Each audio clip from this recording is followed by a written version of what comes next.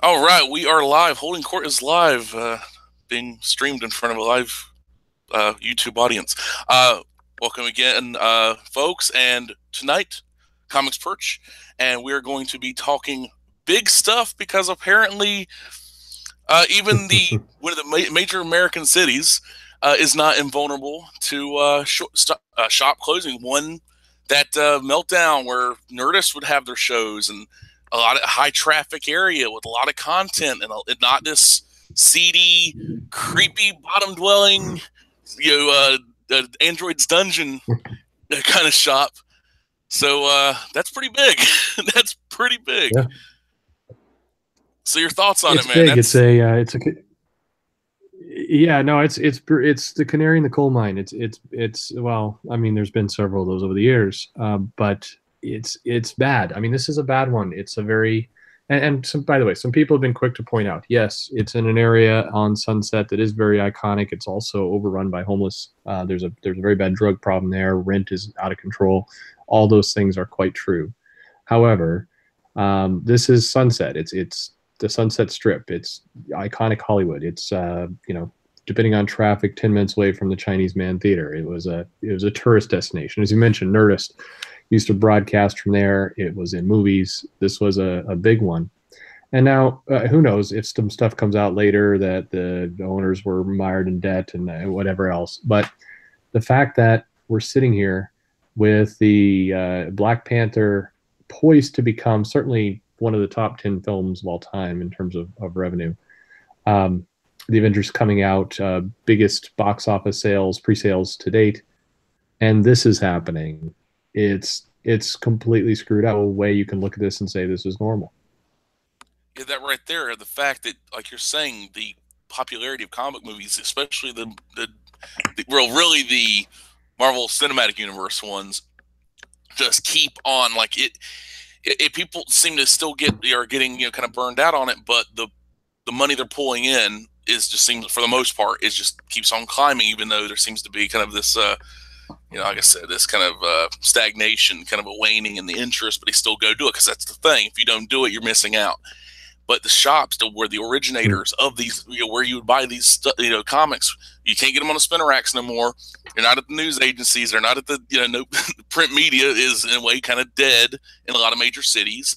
Like, why have that little, the newsstand when you could have a little barista stands or, a falafel stand or something like that, where you can, it's more mobile. You can't really pick up a pile of books and carry them around or magazines. But that's kind of sad, the fact that a shop and I've seen some stuff come out that they had like one occurrence. Josh Finney, Cat Rocha, 01 Publishing, they put out their own books, and I've had them on the show before. I know them, and they had some books on consignment that they said that Meltdown never paid for, even though they were supposed to. So maybe that was an occurrence as well. They maybe had a lot of stuff they would sell, but didn't have they were just in so much debt. Maybe, who knows? I mean, it's all speculation at this point. Eventually, it'll probably come out, like you said. But even still, this is still this is a very big blow, because you were saying on your Twitter, your famous threads, which I love reading, and I'm pretty sure a lot of other people do. Like, I actually, for the first time this evening, clicked on the Comicsgate link and actually the hashtag to see what's on there. It was like opening up the Ark of the Covenant, except it's beautiful. It was really, I was glad to see on the top of it your thread from the other evening, and then everything else was just it was pretty dark. It was pretty dark below it, because it's dark. The BuzzFeed hit piece came out, and that was just that's helping, but. No, and that's going to burn through now for months. I think unfortunately, we have months of this thing to look forward to, and we have videos and reaction videos and reaction to the reaction videos, and I mean that's going to dominate the conversation for a very long time, which is a shame, because it's a bad article. It's certainly one-sided. It draws from the same kind of cast of characters that do not matter, and I think that's the hard part for a lot of people to understand. Is, on one hand, you look at the various sources that were mentioned, and they're the same ones in the last article, and the same ones that were involved with the Ethan Van Sciver thing, the same ones that seem to be part of the various kind of internet feuds that go on. But the day-to-day reality, when you get off of Twitter and you go into a comic shop and you're actually reading comics, none of those people, none of those names matter. It remotely matter. But that is going to be the online conversation, is going to be this article with meaningless sources. And I think there's probably a moment where people really need to stop and pause and take a step back and saying we're throwing all of this energy into nonsense people. And I don't mean that, well, it is disparaging, obviously, but these people do not matter in any way yeah. But yet 90% of what gets written is about these people. It's Dan Slott disappears from Twitter, and it's remarkable. Not a lot of people talk about Dan Slott anymore. He comes up, but it's kind of boiled down to the lowest common denominator of people. And honestly, that doesn't help anything either on either side. These guys love the attention. It's easy fights because they're willing to have the fight. It just, I don't know. It's a lot of energy to a wasted purpose. And by the way, I think, if you write up, hey, this, here's one guy and he steals art and he likes to make trouble and he pokes people. Yeah, all true. But how many articles do we need on him? I mean, how many tweets before you just come to the conclusion, guy's a scumbag, move on? I don't know. Well, then that's the problem. A lot of them are addicted to that. They have to. It's this constant renewal of outrage. It's outrage merchants. You have these people that they make their bones on, the drama videos, and it's not going to stop. I've heard some people say, "Oh, it's kind of the viewership's dropped down," but there's doldrums as it goes up and goes down. That's that's how it is for a while at least. And this stuff right here, this BuzzFeed article is just going to renew the outrage. How dare BuzzFeed does this? How dare Dan Jurgen say people are fat on a plane? Oh, how that kind of stuff. Sure. And in the ensuing weeks and, like you said, months, because of the article, and they're using like I said, sources, and there's people still building up. They're building enemies to fight, and the idea of they don't like they're waving the banner of, we want good comics, we want to save the shops, we want to do this, like some of them. But really, at the end of the day, it's I want to like pick on somebody. Let's gang up and beat somebody up. It's like join the mob. Light your torch, grab your pitchfork, have a little fun. And at the end of the day, when the pony up, they're like I've stated before, the idea of like, oh, I bought these comics. Like, that's a comic you'd already buy. You're just adding it to the tag, and that's not actually, it's nice to see, but like I said, like we've seen Meltdown. There's other shops that are like kind of teetering close to the edge, and that right there, I don't see it. Like just picking up your regular books, and like you can save comics. That little kind of a fresh take on it, because it's not just the new comics coming out; it's the back issues. Because a lot of people don't realize shops have tons of money tied up in storage. Because what you see, even in the, like maybe I've been to shops like, hey, I got some stuff in the back. You want to come back here? Like, they kind of assess you. They don't want you like going behind the counter unless you like been there a while to assess you, figure, And so you go through the back issues back there, and then like if it ain't priced, I'll figure something out. And I've had that happen before. But there's storage places off site, tons and tons of money tied up into that, and that's just money that could be being moved. But a lot of people don't just go like pick the new stuff up and don't even bother going to the back issues. It's good to find back. You're saving that book, and you're also helping the store out. You move one book out of the back issues might not seem like a bunch, but you do it enough times, and that right there, like move merchandise. It's a business. It's retail. Yeah, no, it's the stuff flowing back and forth. It is helpful. It was when comic stores were healthier. The reason why a lot of survived the bust in the 90s, and a lot did, is because you did still have a sense of collecting. So if the comic store is engaged in selling you back issues and buying your back issues, and there's that nice slush of money coming back and forth, that's healthy. It's an economy into itself. It promotes a changing of inventory, as you said. It's always moving things around. That's a healthy business. And today, I mean, there's a lot less interest in collecting. And there's a lot of you basically have to save all your money to put up with the scams and cons and other things that the big two are pulling right now, mostly Marvel, very, very rarely DC actually, Hmm. to provide incentive covers and other things. I mean, it's just the business is out of whack. I think some people are absolutely right in that there has to be some real fundamental changes. The business cannot survive as it is, regardless of what social agenda is driving what. There's deep fundamental flaws to the business that have to change, and that's absolutely true. And you were mentioning Um, in a previous thread about you're working, and I don't know how much you can talk about because I know it's like probably in planning stages, yeah, but about working to get opening up the market and not just being like shackled to the to the slave pits of Diamond, where and actually being able to get yeah, reach more readership and and tap into the potential of the internet age. As dumb as that sounds, like to me and my no, it's I'm exactly very right. Luddite, but the idea, and it's like hopefully, I mean, you can get that off the ground and things go well, because I think that might be a great way to actually reach people and get things done. Yeah, absolutely. I think yeah. So yeah, as I mentioned, I'm trying a few things out. There's a lot of the rules are very murky with Diamond and reselling books, and some would say they're not murky. They're quite murky, um, and they're murky because they were written a long time ago and haven't really been updated, and that whole business is flawed. But I think so. There's a lot of people have commented around digital, and that digital is the future, and this is a natural evolution. The comic stores is a blockbuster video. It's just waiting to die, and then we'll all go to digital. But that's clearly not the case, and I would argue that you know hands down with anyone. And it's not me denying the future. It's looking at data and stats and proof. Digital, people don't like to read comics on digital devices because you look, the devices, the tablets, e-readers, other things have dropped in price. They're more affordable. They're easier to get. There's more memory than ever before. The comic prices are too high on digital, but you're seeing a slow decline. You're not seeing an increase, and that's a fact. Even the people who point to scholastic books and graphic novels and other things, those new channels are opening up. They're not as strong as people like to claim they are, but there's health there.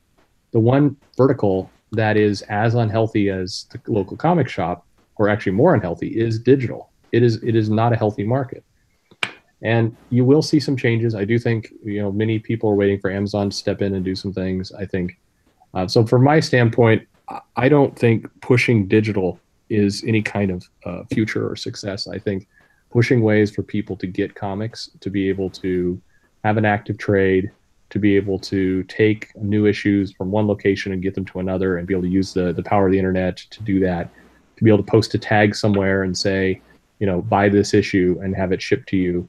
I think that's more along the way things need to go, but there's a lot of hurdles to get that done. Least of all, Diamond will, if there's any way they can block that, they will. So we'll see. I'm going to be in some head-on conflict with them within a few months, and we'll see how that all goes. Well, see, that's just so weird about this, considering Diamond has screwed over shops, has screwed over shops I've gone to, people I've talked to. All you get orders, they'll be damaged. You're missing half of it. You'll get overshipped. Maybe that's a Marvel thing. I've heard that is an issue in the past. But Mm-hmm. that means less stores, which means less revenue for Diamond. You'd think they'd actually step in and change some things, but it's this. I keep on saying it's almost like a death cult. They want, like, maybe there's some people that's infiltrated Diamond, just like some of these other companies, like whether it be tech companies or publishing companies, even studios. Like, it seems like they want things like, to be destroyed, like from the inside out, kind of like diminishing returns. So it's like, this kind of, like almost like a death cult. It's like, are you trying to not make money? It's almost like that. And am I wrong in thinking less stores means less revenue for Diamond, which means less power? Yeah, it does. I mean, it's a slow decline, but I think it's interesting. The last time we were on together, we talked about the death cult and this kind of psychology. I think, yeah, man. Every time I say that, you can hear a little bit of Canadian coming out in my voice. You're The Canadian. the Are it's states just are a leaf? it's been I'm some sorry, I can't. spend some time there. Born and bred American. Just spent some time there, and the accent crept in. Okay. It is, by the way, another store, Montreal store closed today or was Oh, announced. So that's that's really two in 2 days. So that's two, like that right there, Yeah, and in Montreal too, which is like one of the. It's known for comedy. yeah, You know, you got big thing. culture. My God, what? Yep. Damn. It's bad, but I think so. I think that your theory on kind of the death cult personality is a good one. I always refer to it as kind of the apathy cult, which kind of is the same thing, and it's people who are in the job. They don't really care about the job. They don't care about keeping it. They're all about the just general get the check and go home, and that's okay if you're working at Target or Staples and you're just pushing staplers all day. But if you're working in a business that is evolving and trying to change, being apathetic about it means it will die. And that's how I mean when you meet people from Diamond, there's certainly some nice people that are not trying to put a blanket statement with everyone, but you have others who believe their business is doomed. That sooner or later the bottom will be done and they'll be out of a job. And so, what does it really matter? If they work hard, if they try and change things, it's the inevitable. So just ride it as long as you can. At one point, you'll be fired and you get a new job. And so, what if the industry's fucked in the process? Yeah, because that's the thing. It's like the industry itself, and it's I kind of waffle back and forth, but I try to see it from like say your side of the your side of the street where you're responsible not only for the Mhm. store, employees at the store, customers in the community, and in a way, it's like if you're not actually trying to you're actually offering solutions and ideas and not just saying, "Oh, the sky's falling." It's like it says, "The sky's falling. How about we dig bunkers and go down, like protect ourselves while the sky's falling, and then come back out and repopulate the earth, whatever." Like Chicken Little, but with a Yes, with a yes, brain. And there are yeah. people they want to talk about, like Braylon was saying, they'll retweet some horrible writer or some person, some supposed journalist, and they'll retweet and comment all this stuff. But comics, whether it be upcoming comics say from Aftershock or uh, you know create our own works and stuff, Hmm. and getting that out there. Maybe a retailer that has a Twitter page sees this, like, hey, I'm kind of interested in Hmm. that book. That looks something that my customers might like, but it wouldn't come into your view if somebody hadn't retweeted it or liked it or commented about it. Said, hey, if you guys are interested in this kind of book, hey, this looks like something. You only order about 5 copies, 10 copies tops, whatever. But still, that's 5, 10 more copies than you would have if you hadn't seen it. But it's a lot easier to get Yep. addicted to that drama. But you're offering these solutions, and the fact that like knowing that eventually, if you don't do something, and then eventually come to head, you and Diamond in a way come to a confrontation. And the way I'm picturing it, it's like some like medieval battlefield. You got the pikemen and everything, and you're all lined up. But An angry letter from a lawyer. Yeah. well, that's another thing. The bureaucracy, not when I say bureaucracy, but with the contracts and all this and that, and because I mean, I'm pretty sure there's contracts, Yeah. right? If I'm not mistaken. Like Oh like, yeah. Oh yes. but with that, basically shackling yourself to it's kind of like Jack and Rose in Titanic. The ship's going down, and we're locked behind a cage.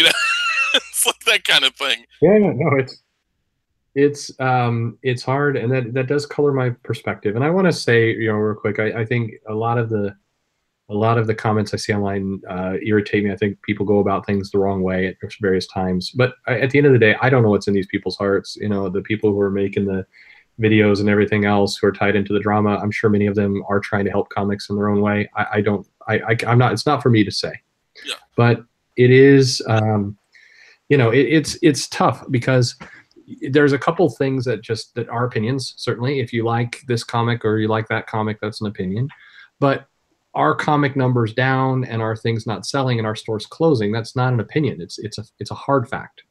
So at the very least, when everybody's done having their fun and whatever they're wanting to do with various drama that they do online, come back to the hard fact at some point and deal with the fact that these comics aren't selling.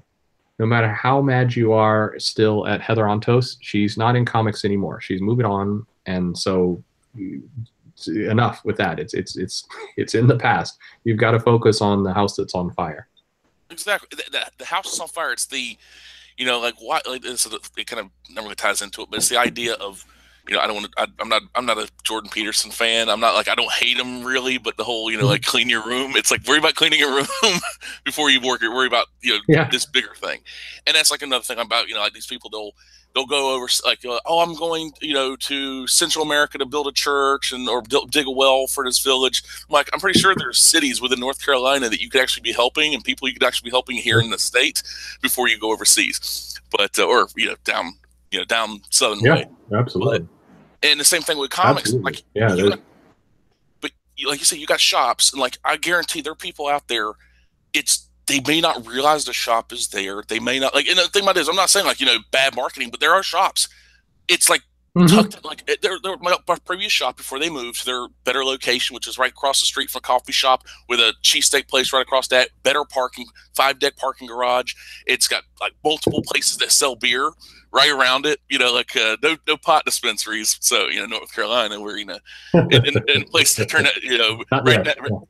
Unfortunately, like you're saying, good idea. Girl Scout cookies, pot, and comics. They'll never leave. They'll just stay there. They'll read. They'll forget what they read, and you just sell them the same comic over and over again. It's perfect. Get like get benches or like couches and something. Like set it up so they just sit there, get high, come back, and just like rinse, repeat, and just read the comics. Jughead, you're crazy. Something like that. It's the dream. That is the dream right there. Yeah. Just keep on buying comics. It's like, hey, man, I can't these to go home. He stay there for like 45 minutes to an hour, just keep on buying more comics. But their previous shop was in a corner of an L-shaped strip mall, and most of the parking lot was dedicated to Enterprise Rent-A-Car. And you couldn't even see the shop unless you were in the parking lot. It's like tucked behind a pillar, and it was like the shop you go in the door and it opens up like a claymore blowing up. It's like that like 60-degree angle. It was a weird shop, but that right there, there's nothing you could do. You could advertise all you want, but you drive by, even with an app and even with whatever, you'd have to go around this. It was just hard to get to. And a lot of shops, God bless them, you only got so much money. Like you're month to month, week to week, you're busting your ass trying to make $1 and keep the doors open and the lights on, and marketing. And I know that DC does some of that. Like they'll help. I think it was around certain events. They'll actually help stores. Like kind of give them kind of like reimburse them for any kind of advertisement costs. Right? Is that still a thing, or is that in the past? There's different runs. It happens at different times. Every now and then one of the companies flirts with returnability, and everybody gets really excited, and then of course that never goes anywhere. But there are little things they can do. I think if everybody has some responsibility here, if they want kind of this stuff to survive, and I think I can say I'd like comic shops to survive. I think they will have to change one way or another. But there's the publisher. They can help with promotion material. They can help with art. They can simply help by getting their creators to promote their books a little bit more. They can send out a free reader copy for every 10 copies spot. There's a lot of different things they can do that would have a huge impact, and they don't need to do. But the biggest thing they need to do, honestly, is pay more. They've got to cough up some more cash to pay their creators, and get better quality of content in the comics. That's fundamentally what has to happen. It sounds like that's a comment directed at Marvel, considering their pay for writers and artists, as well as their royalty payments, apparently are very piss poor, to put it bluntly. No, for the sounds of it. Absolutely. I mean, absolutely, and it's not a big surprise. I mean, Disney, their parent, pays their animators terribly, and this is a long. I mean, people gave up on the dream of being a Disney animator in the '80s because everybody knew it was a miserable place to go work if you were an artist.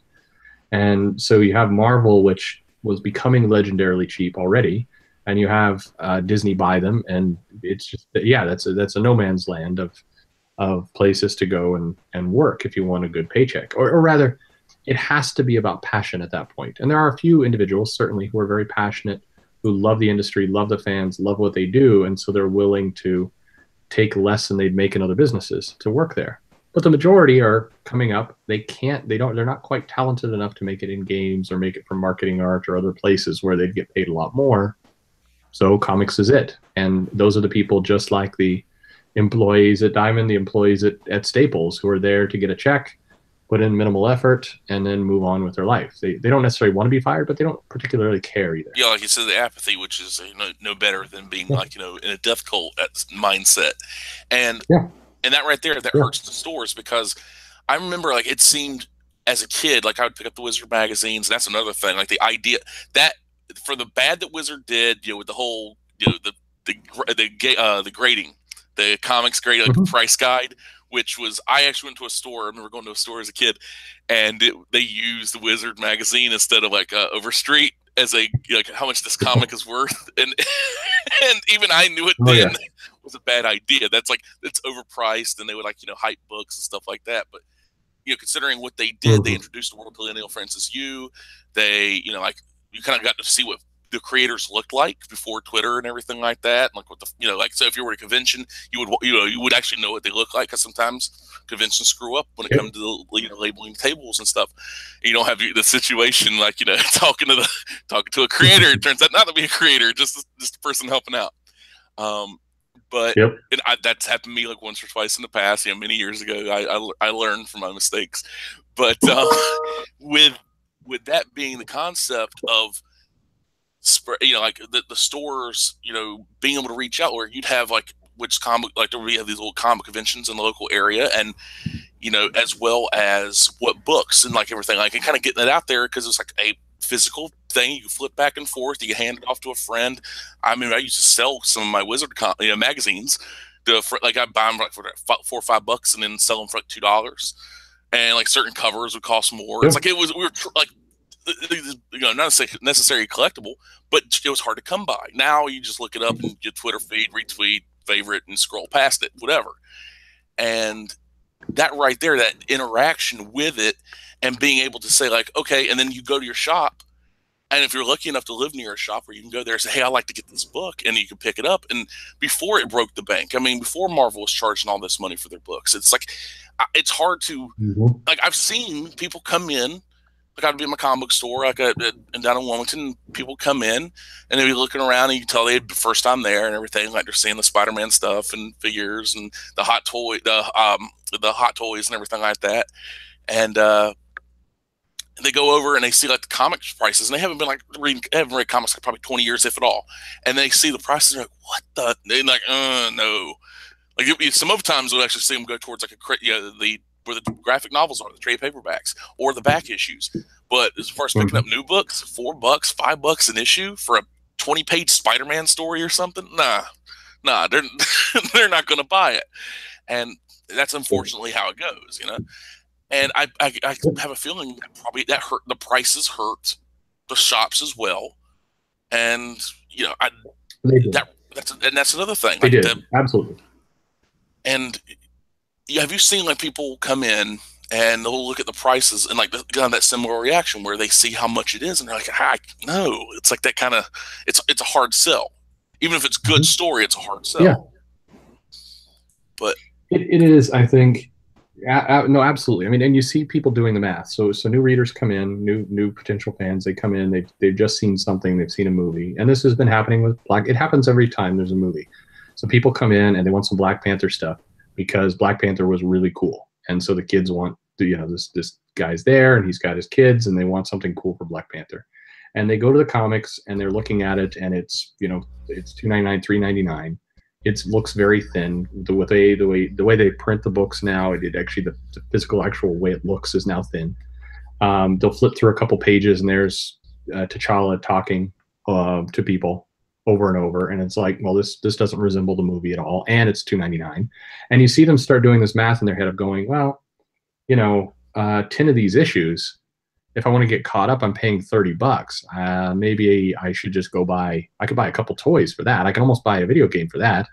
And so I've had people come over and go, do you know if have they made a Black Panther video game? Because, oh no, like the run here costs more than the video game. And the video game's going to give them more entertainment. This guy's telling me this to my face. And the thing is, I can't be too mad at him. I'm like, well, yeah, that's true. And so they'll kind of fish around. Eventually they're like, well, this Funko Black Panther looks pretty cool and looks like it has more action than the comic. So, ring this up. And I'm just sitting there going, yeah, you guys, you're pricing your way out of the market. And when you open up that issue, it doesn't look like $3 or $4. It looks like, some couple panels. The value is not there. And it's funny because I got in a big argument now a couple years ago with Joe Quesada. I'll never say his name wrong. Anyway, Joe Q. And the comment he had made was comics are better value than movies and better value than games because you're getting all this, passion, this original art. And this is when Steve McNiven was doing a lot of things and they had, a decent stable. And even then, that was a tough argument. But if you bought, I think Lego Marvel was the game that was people were comparing it to. It's like, well, if you're an obsessive collector, you're going to spend 100 hours on that thing, getting every brick. So, compare that to comics. That's a very tough argument to make for new readers. And now with prices up even further, and art declined and stories declined, and just this kind of idea that we're going to kind of write for trades and we're going to write a lot of human moments and not a lot of action, it's very hard to make that case. And that's where comics are right now. Yeah, that's quite unfortunate considering like Jim Chung just jumped ship and he's been at Marvel for 25 years. I remember him doing the young Tony Stark stuff when they did that, pulled him out of the time stream. Yeah. How dumb that was. Yeah. Because I was like, oh yeah, it's forever. Oh my god, I couldn't find any good X-Men books back then, so I had to suffer with Iron Man. Those are dark times right there. Oh my god, yeah, when they had the weird logos, the weird, like that run. That I didn't read the Thor book at that time. I picked it up later. The Warren Ellis, that 4-issue Thor run he did with Mike Deodato Jr., which was actually pretty good about Yggdrasil and everything. Yggdrasil or whatever, the world tree, and it was actually a pretty good story, even though it was early Mike Deodato Jr. before he started just kind of, I don't say tracing, but heavily using reference. Hey, Norman Osborn is Tommy Lee Jones. That kind of thing. Heavily using reference. Yes. Like, hey, whatever floats his boat, any port in a storm and everything. But do you think that with the cost, like if the cost is another thing, like the quality of the books too, and the kind of the direction. Because I honestly think, from a reader standpoint, from a customer standpoint, I used to pick this stuff up on a regular basis. Especially I was heavy Marvel, until I kind of jump ship to DC. Started reading. I read Crisis on Infinite Earths, and it actually made me a DC fan. And I started reading because I was like, oh my god, all these characters! I love this stuff because I read Batman, I read some Superman. Well, I was never really a DC Comics fan as far as outside of the main two. But same here. JSA, the Goyer, Johns, JSA, Starman as well, and of course I read Sandman and all that stuff, and which technically was DC Universe for a while until they turned it into Vertigo. But that right there, them books, adjusted for inflation, would be about what comics should be, about $2, $2.50, give or take, not $3-4. And they actually had, the writers actually wrote stories. Like, you'd get some action, you get some drama, you would get some character bits, but it'd actually not just be talking head. Hey, look, Tarantino did it, so I can do it too. Talking about nothing. And that's what a lot of these comics feel like. And I don't know if, as a customer, I've seen some retailers, they'll actually have to go and, it's like, I got to buy this book. I don't believe in it, but my customers will buy it. It's kind of like you got to sell it even though you don't want to, in a way. I've seen that happen. It feels like seeing that happen. I have not been able to prove 100% because it's like, like asking the magician to show his tricks. It's, that kind of thing. But do you think that, with that aspect of it, but it would help. I think the quality, you hit upon quality. Quality is the number one problem, hands down. And you can tell, whenever there's an event that goes, like I'm a big fan of the first Civil War, if for no other reason that lined my pockets.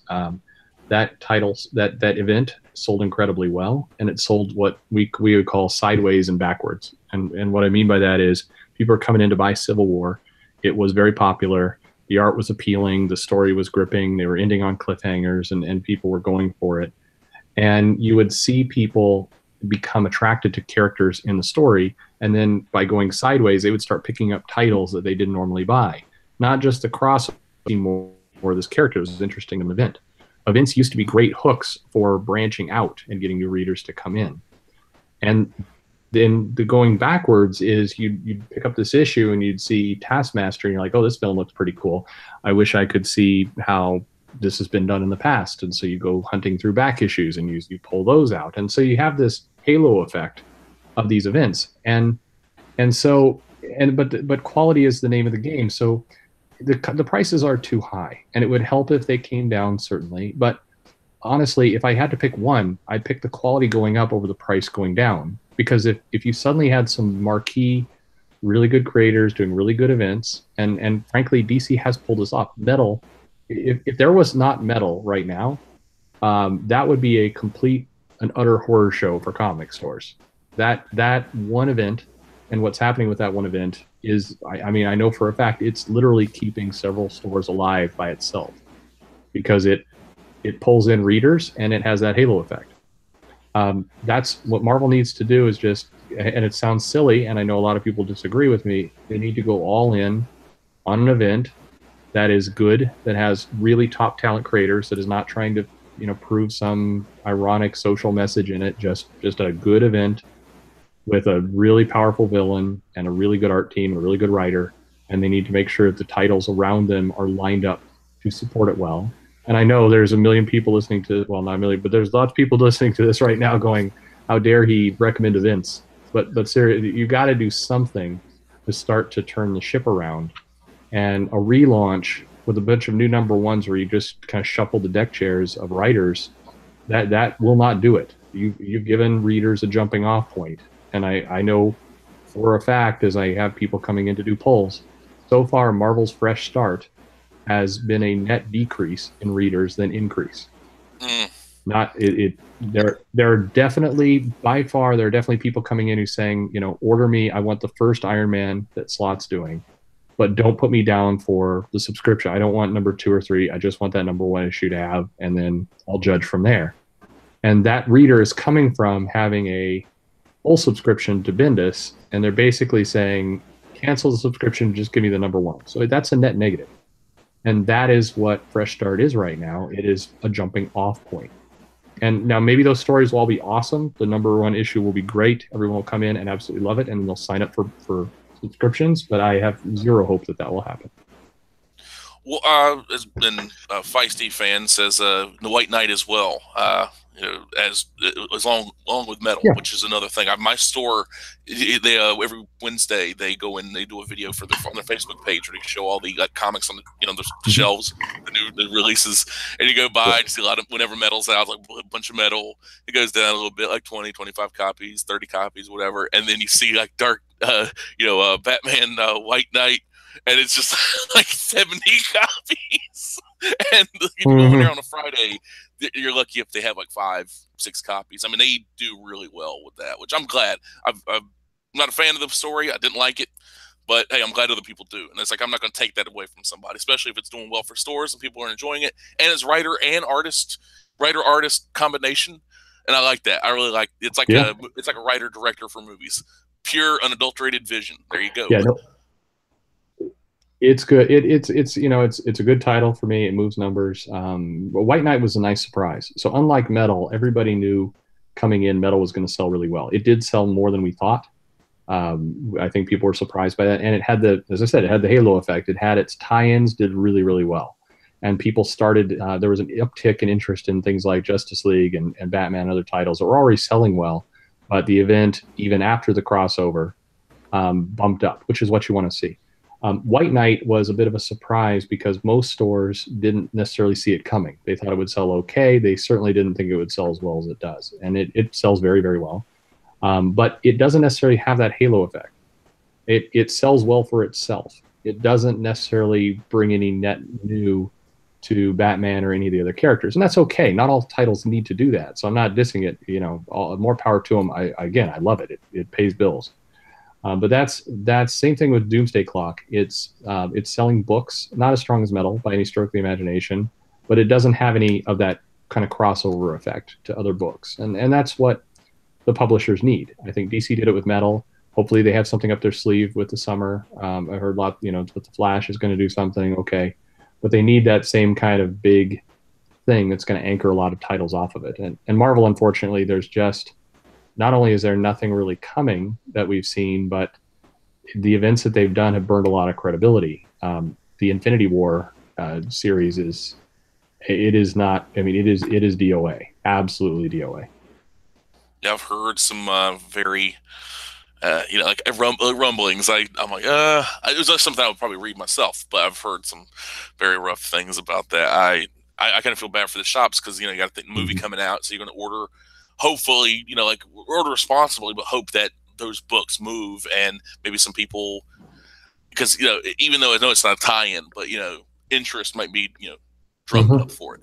Uh, we have a My strategy, by the way, with the movie, mhm. and I would add if there's any other comic shop owners, other people out there, I am trying. I'm getting my hands on all the back issues I can find for the Ron Lim, for the original Infinity War, for older Thanos, for stuff that's just pure, feels like the movie, has the action in it with kind of the iconic characters. I'm snapping up as many as I can find to have those ready for the movie crossover because that's what's going to sell, not the current stuff. That's what I'm thinking as well, because that right there, especially like doing like when they do like displays, whether it be at a bookstore, which is hard to find nowadays, or like a Best Buy, like new movies kind of thing. But like if, but similar to like putting them in a special section for for you know Thanos inspired stuff, that kind of thing, the individual issues, the Mm-hmm. collections, and all that right there. So it's like, hey, you might not be interested in this $5 book right here, and also whatever, but hopefully you will. Hopefully you like that. But as well, we have this option, the old stuff, which is much better, the quality as far as writing and art and everything. And that might be another reason Marvel doesn't do the reprints that well, because as far as keeping stuff in print, because if you go back and look how good X-Men used to be like 20 years ago, even when it was supposedly not that good, like post Claremont Lee and everything like that, when Lodel and the Caesar and all that, and they're like tag teaming, and those are supposedly not good. But if you look at it now, and it's just like, oh no, that's really sad. Oh um, yeah. yeah, but we have a question from Seth Englehart. If the big two copied paper print quality of Alternative's $1.50 line and charge $2, could they pay better page rates and save customers money? Yeah, I think so. I think so. Here's an idea for. I mean, yeah, I stopped my series. I need to come back to it. I just enjoyed my scotch too much and just stopped for the night. But that's a wonderful idea, and it works on a couple levels. So because this is how you bring digital back into play. So make the offer because at this point, digital is not doing well as a medium. So put the comic out on worse paper. Put it out in the newsprint just like Altera is doing. Lower the price and give a free digital copy with the comic. And that way, if there's any resistance or reluctance to the fact that the story or the print quality is poor, well, great. Then you can look at it on your phone. It'll be sharper and everything else. You can zoom and whatever. But you get to basically play in both worlds at a lower price point and you don't need to go all the way down to $1.50. I mean, hell, go to $2.50, which isn't even that much of a cut, and just dump that money into creators, and that they will see it build very rapidly. And I think they get a play, and then you also get to build your digital base up, and hopefully earn some credibility back with those fans, and hopefully push that medium up too. But that's absolutely what you should do. I 100% agree.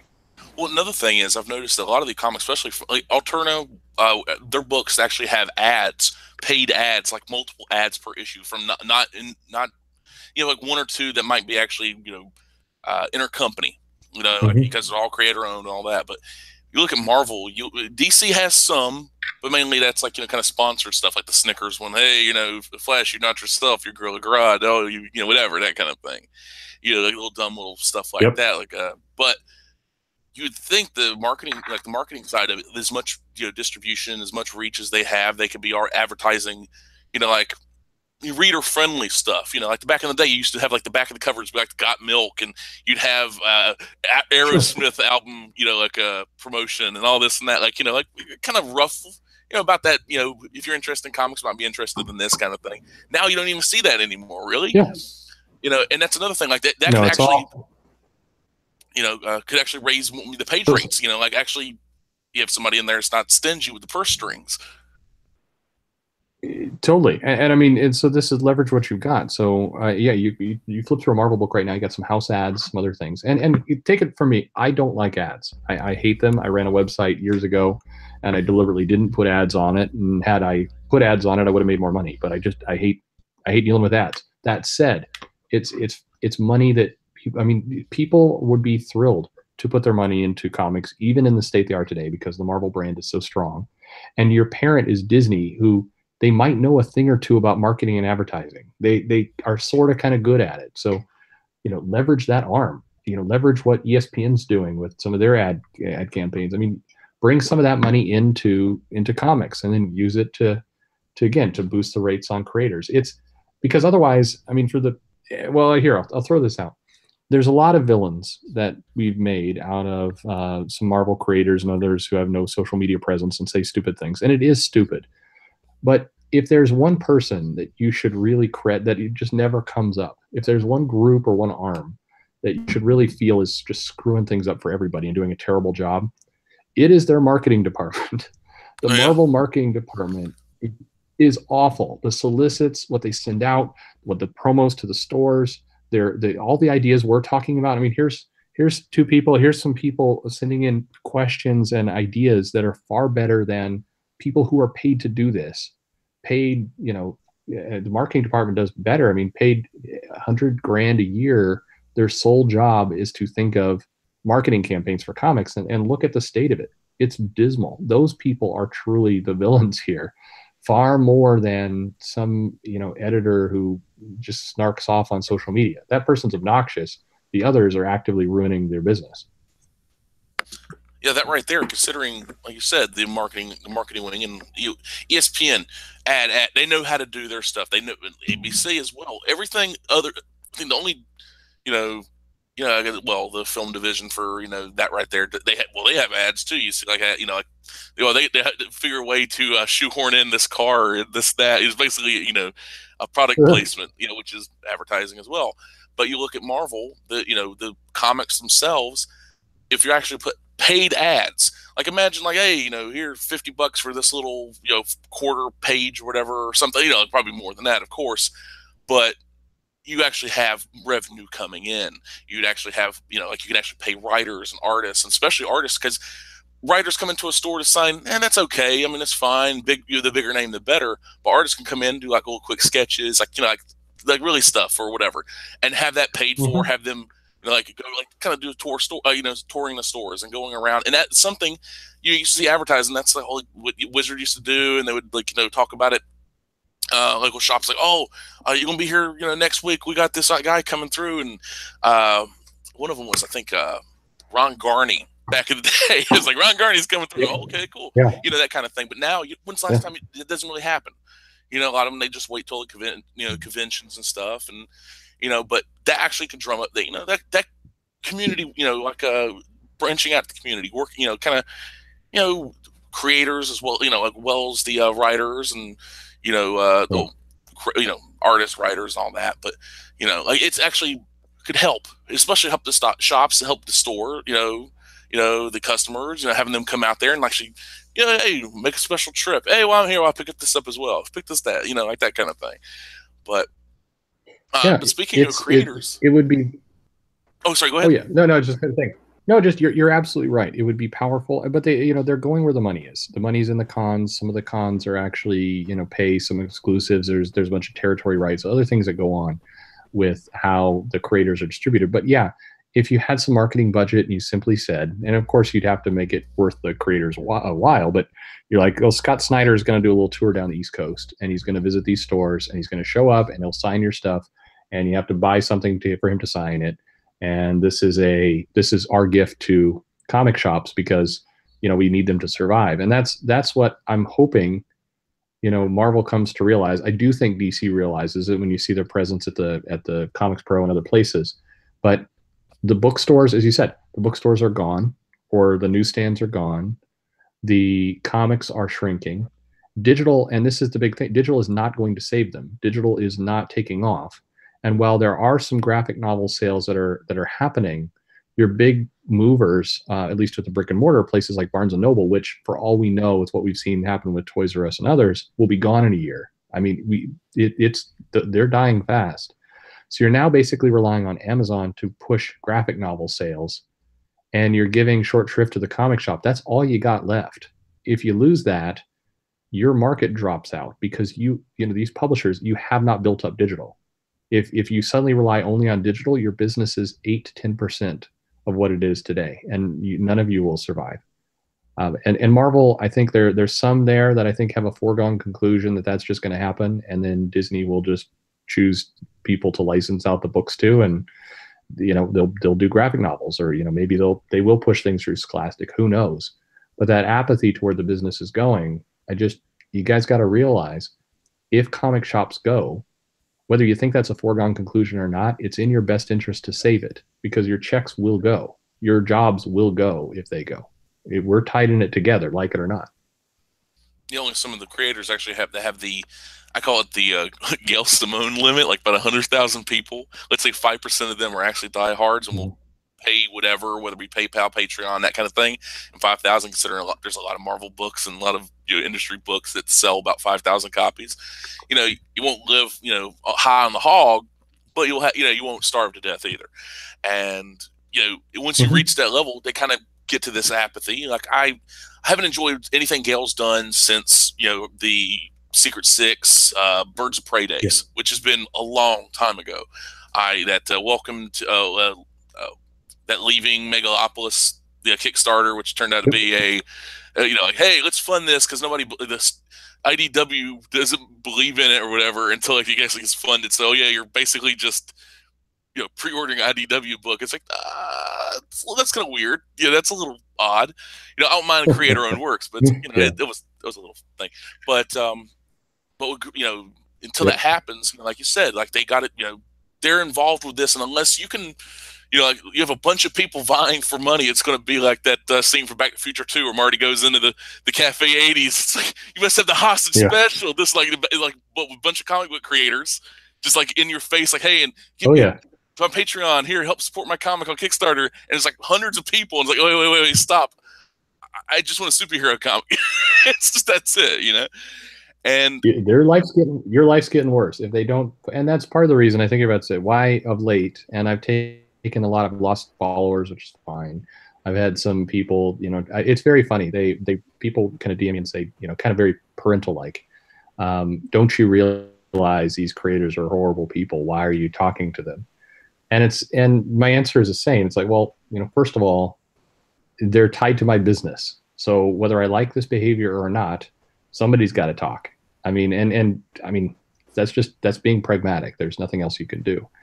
And then second, let's just be a little cautious of, who's awful and who's not, because a lot of these people have been made into caricatures, and it's easy to hate a caricature. It's very easy to hate this idea as opposed to a person. And I'm not saying some people don't deserve it. I mean, you look at Max Bemis, when he writes on his Twitter account. I mean, he's definitely trolling for attention. For me, it's more of an eye roll than a source of outrage. I don't get why he does that. It's self-destructive. But I'm not going to lose a lot of sleep over it, because why give him that power? But others, I think there's this desire, almost this knee-jerk desire, to want to be pissed at creators for kind of what we think they are. And some of them, I mean, we have to give them some allowance. We have to give all of us each, and by the way, it goes both ways, because a lot of we've created this kind of toxic environment where a lot of creators are doing the same thing with us. I posted an hour ago, how many people are going to go to Comicsgate and actually kind of look at the content there and say, well, maybe at least some of these people are trying to do something positive, because quite a few of them are actually. There's definitely people causing trouble, but there's people trying to do things positive. So maybe we should engage with those people. And I wish more creators thought that way, and some do. But I started reaching out. I mean, some people saw me reach out to Aubrey Sitterson, and I've reached out to a few different people when they come about. It's always interesting, the reaction, and sometimes I get out of it. I can't say I've gotten anything amazing out of it. The best conversation I had was with somebody who asked me not to say their name, but is a recently departing Marvel editor, so I'm sure everybody can figure it out. And frankly, for all the rest, she gave the most reasonable discussion over what she did. Doesn't change, by the way, a lot of what was said, and a lot of the kind of shenanigans that she pulled at all. But if you make some attempt to at least ask the question why are you acting this way? Why are you blockbotting thousands of potential customers? That you're at least giving that person the opportunity to take a stop, look back, and say, hey, maybe what I've done had some unintentional consequences I didn't know. Maybe I got caught up in all the zoo, and I should, think differently.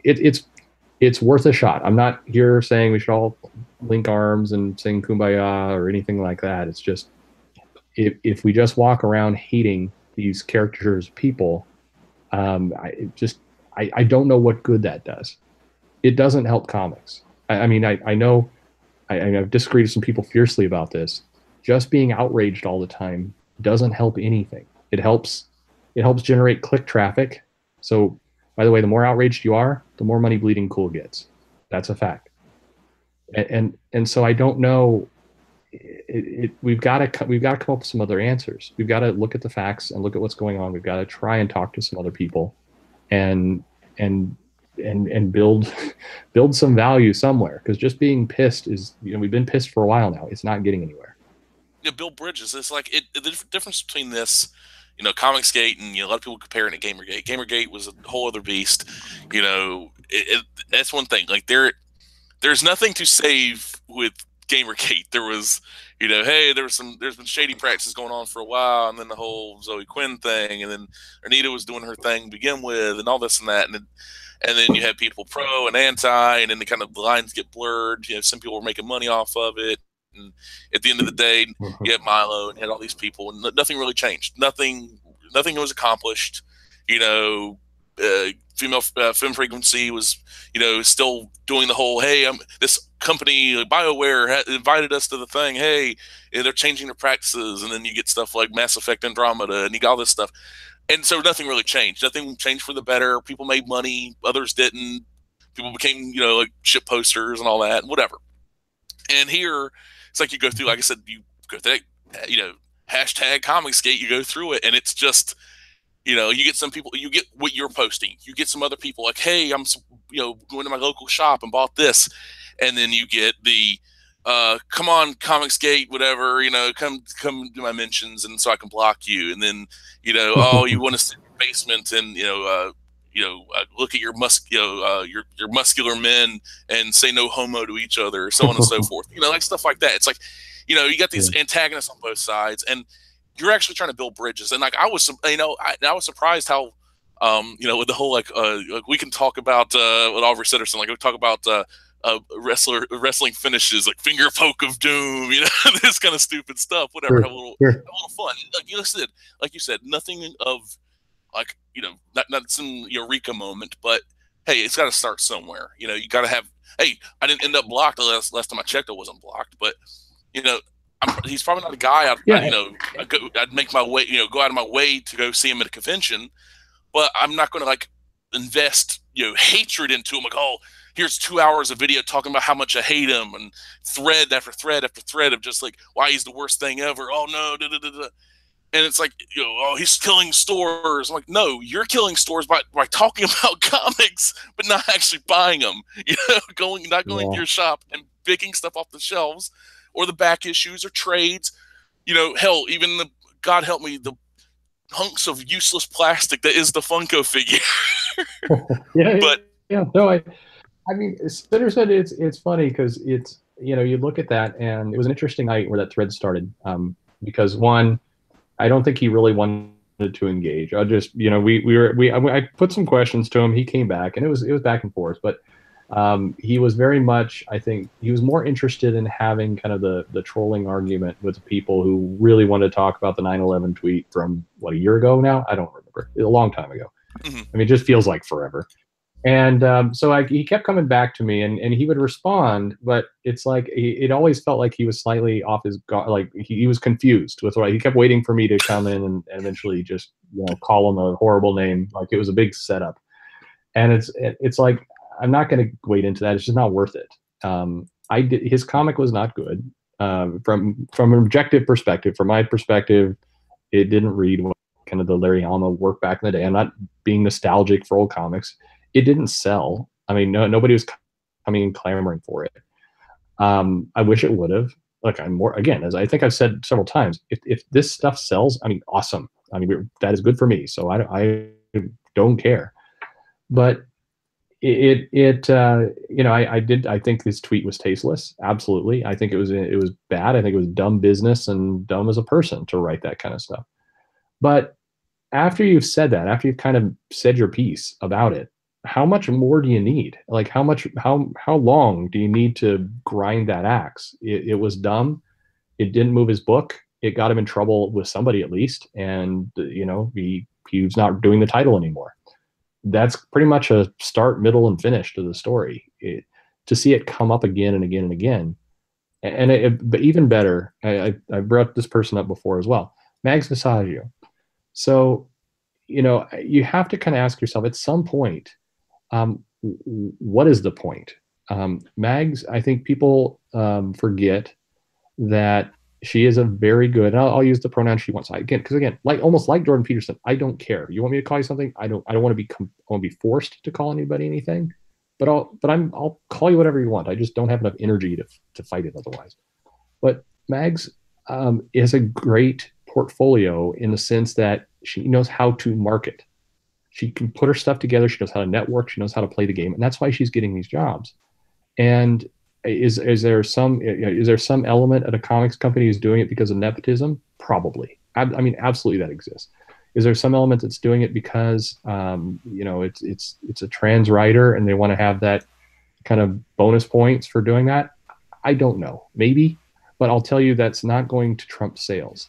No comic company is going to actively burn itself to the ground just for the brownie points of that move. The reason why she keeps getting books is that markets herself really, really well.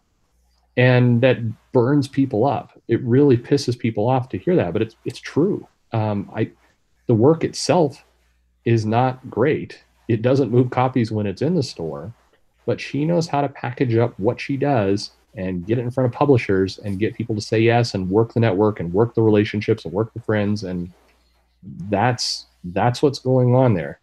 So we can all be super pissed. And, again, and there's the baseball bat to the teeth thing that was, again, like, a year ago.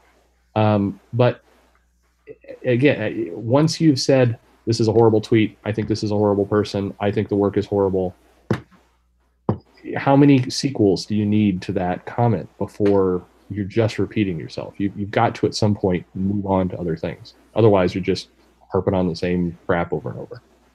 Well, that's another thing like that. They keep on bringing up Massaggio like, all the time, and in a way, that's self-promotion. Or not self-promotion, but you're promoting that person, and it's like, well, they must be doing something. Absolutely. And that right there, like, if you were to type in Massaggio or whatever, Mags Massaggio in Twitter, how many videos you're gonna have pop up? It's like, wow. It's like, hey, if it bleeds, it leads. Any press is good press. All that. And in many Absolutely. ways, it's like these people are making, names of other people. It's like, Daryl Ayo. No one knew who the hell he was until they started going after him. I guarantee I would not surprise me to see him actually writing a gig. I don't know about drawing. This stuff is, small press expo level, which I used to be like, oh, that's a good thing. It's like, not so much. Not these days, really. He'll get a book. He will get a backup story. He will get something out of all this because it's. You're absolutely right. The promotion's out there. I mean, and keep in mind, for all the people who are burning up about all this, understand that some of these who are bad actors, who are definitely what Ayo did was, and it was calculated, it was planned, it was bad. What Doyle does is completely scummy, and it's known throughout the industry. No matter how many people want to say it, he is known as a scumbag throughout the industry. It's an open secret.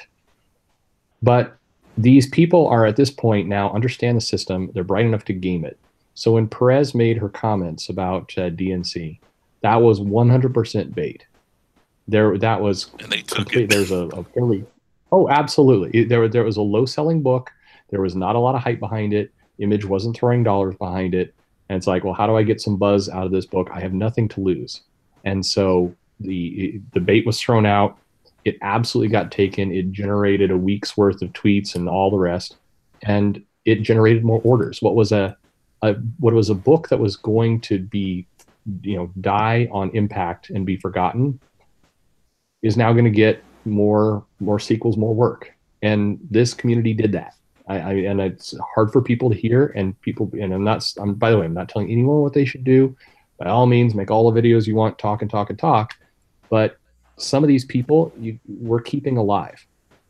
And if you truly you find their actions despicable, then we're going to have to, you're going to have to try a new technique. Because at this point, Doyle, I'm sure, has sold more in the last 6 months than in the previous year based on all the attention he's gotten. And if you're good with that, okay, keep it going. But that's what's happening. Yeah, don't feed the trolls, like Braylon says. Don't feed the trolls. But you know, don't feed the trolls. It's like to open up a buffet for them. It's like, come on in, bite, take a bite, and that right there, it's it's funny and also just disgusting at the same time, because there's a lot of people that they look at it as, if I don't. I actually got to a discussion with this. I discussed it to a point where it's like, it's just going to turn to arguing. It's no point. It's like, like kind of, like seeing where it goes and then just dropping it where it is. And because some of these, threads, some of these comments on these, replies, it's kind of, it's not worthwhile jumping in there, because it's just going to be just, oh, they're horrible, horrible. I tiptoe into. I try not to, but it's kind of hard sometimes. Mm-hmm. I'm somewhat guilty. I'm not, ye who is without sin, but you see some of these people. Oh, absolutely. Yeah, but you see some of these people, they want to engage because they figure if they don't engage, the other side's winning. These bad comic creators, they're going to win if we don't say something, we don't call them out. You calling them out is making them. You're becoming part of the problem. And no, absolutely. Because, and honestly, like this, the way I look at it is this way. So Mags, great way of package. I could make a good funny joke there, but whatever. Great way of marketing. Yeah. Mags is great with marketing. These people talk about Mags. Mags, whether it be Marvel or with Dazzler. And I was like, oh no, because it's like the thing about this, I like Dazzler. I'm a fan of Dazzler. And I was like, maybe sure. I was like, okay, I was like, the art looks okay. It's not my cup of tea, but I was like, oh boy. And that's the thing. It's like, it's not my cup of tea. It's not my thing. But these people are going to make it a thing.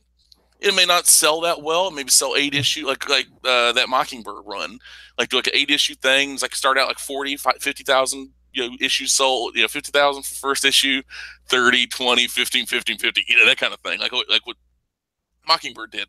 But they are making that. I think I may be wildly off. I think Dazzler's a one shot. I may be off on that. Oh, okay. I thought it was a series. I didn't think it was a series to it. But you're right. I mean, look, and by the way, part of how Mags markets is around this. Look what I created, and look at the kind of controversy that follows in my wake. And what is it? We'll throw out a wrestling reference. Eric Bischoff's controversy equals cash. Now, that's not always true. In fact, it's not true, but it's definitely a perception people have. And when I see Mags on that book, I do not think, God, here's a trans writer on a book. I think, here's a book that's probably not going to sell well. That's a shame. That's pretty much it. To the BuzzFeed article, to the various people who come in on the other side and say we're a bunch of racist, misogynists, all the rest. Look, I am when it comes to selling comics, in a lot of sense, I've admitted I'm a whore. I don't care who you are. If you move a book, please, more power to you. I could care less. It really doesn't impact what goes on. Nobody's going to come into my shop and suddenly say, all right, you shop owner, we're going to, chop something off of you because trans is the way it is now. Nobody's going to do anything like that. It's never going to affect me personally. So, keep it out of the books and sell the books. Awesome. We'll ship your title all day long. I really could care less. But when you inject it into the books, and when the books don't sell, then yeah, my patience wears out real fast. And I think that's true of almost every comic store there. We all just want to move books. Very few of us are getting high off of happy points of what we believe. Yeah, it's like a well, John Matrix, and the I guess he's not killing Bennett at the moment. Does Mag's controversy create cash though? And the thing about it is, my answer to that is yes, for Mags, not necessarily for the stores, not for Marvel, Right. not for whoever, but for Mags, and that's the important part. So you're becoming Absolutely. by talking about Mags, bring it. Like, here we go. I'm just saying in general terms, that's fine. But like oh, Mags is the worst thing ever. And, okay, but that's making like so that means a shop is going to be possibly buying that book, that buying Dazzler #1. Let's say you're at your shop, you get 25 copies for the rack plus pull list, whoever. And if Mhm. the book doesn't sell, that's hurting you. But Mags has already made the money. Sure. Mags has made the money, and you are stuck with non-returnable junk, for lack of a better word, and it Yeah. hurts you, Yeah. and it hurts other stores. Yeah. Absolutely. You're not, nobody's helping the stores. Nobody's helping the readers. You're definitely helping Mags, because, and again, very good at marketing. And there will be another title, and another title, and another title. And as long as there's reaction videos and more attention to how does this person keep getting books, they're going to keep getting books. So the best route is just move on. Promote stuff you like. If you're, but again, people will be who they are, and it is fun and easy to hate a caricature of a person as opposed to the actual person, and that's a lot of what's happening, and there are people getting wealthy off of it. I mean, there is money certainly flowing into all this thing. It's going to Patreons, it's going to YouTube, it's going to various commentators on both sides. It's getting Mags more work, it's getting Perez more work, and it's getting the reaction videos some money. So I mean, yeah, there's money flowing around. It's just Not to the you stores. know, I hope that it's not going to the comics or to the stores. So hopefully we can survive so you can keep making your angry videos. But when we're gone, you're going to have to find something new. I don't know. Maybe CNN is a dumpster fire. You can go after them. So I don't know. Go to Comixology and just go through the back issues, like, oh my god, can you believe they published this? That kind of thing. Oh my Yeah, god, yeah, something. that's the horrifying thing right there. You got these people that they all the time and effort they're putting into this, and like you said, we're building up names. And so them names, these nobodies are making somebodies, and them somebodies are getting books, and those books are getting in the stores, and the stores who feel like, okay, if I don't buy this book and it turns out to be a hot item, then I'm out of like they're not necessarily hot. Well, let's say you order conservatively. Would like 10 copies be conservative or like way too low? Would that be about for a new book? Would it be like a Marvel or DC? Yeah, no, that's conservative now. It that was way too low a few years ago. But yeah, I mean, like, and it's a little bit more unpredictable. So the Weapon H book is I predicted that it wasn't because there are no pre-orders for it, and it came out, and I think we got 10, which was a pathetic number for a book, a #1 issue, just pathetic. And I'm pretty sure as of yesterday, at the end of the day, I think we'd moved two or three. It's like molasses. It's just not moving.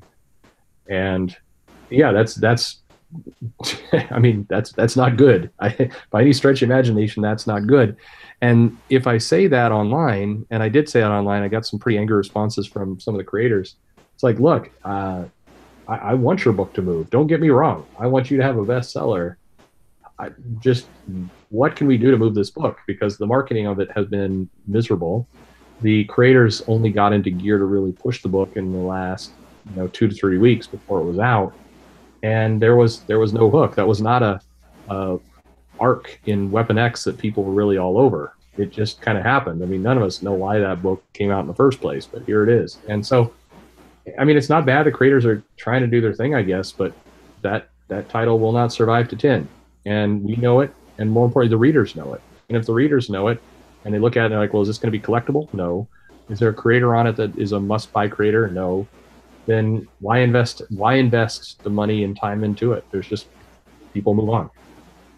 And one of the things about it is like if I says they need to know about final order cutoff, yes, they do. The creators need to know about final order cutoff, and you see this a lot from like Mm-hmm. Aftershocks and even Image and Yeah. some of the other especially smaller print creators. Like, hey, like the alternate guys, they're and their names will put like final order cutoff for the book is this. They'll promote. They're hustling. The hustle isn't there for especially Marvel creators and even DC. The hustle isn't there because DC guys like, hey, I'm just doing my job, whatever. For the most part, they don't hustle. I you see Tom King. Tom King Yeah. hustles, and Mitch Geratis, he hustles, Mhm.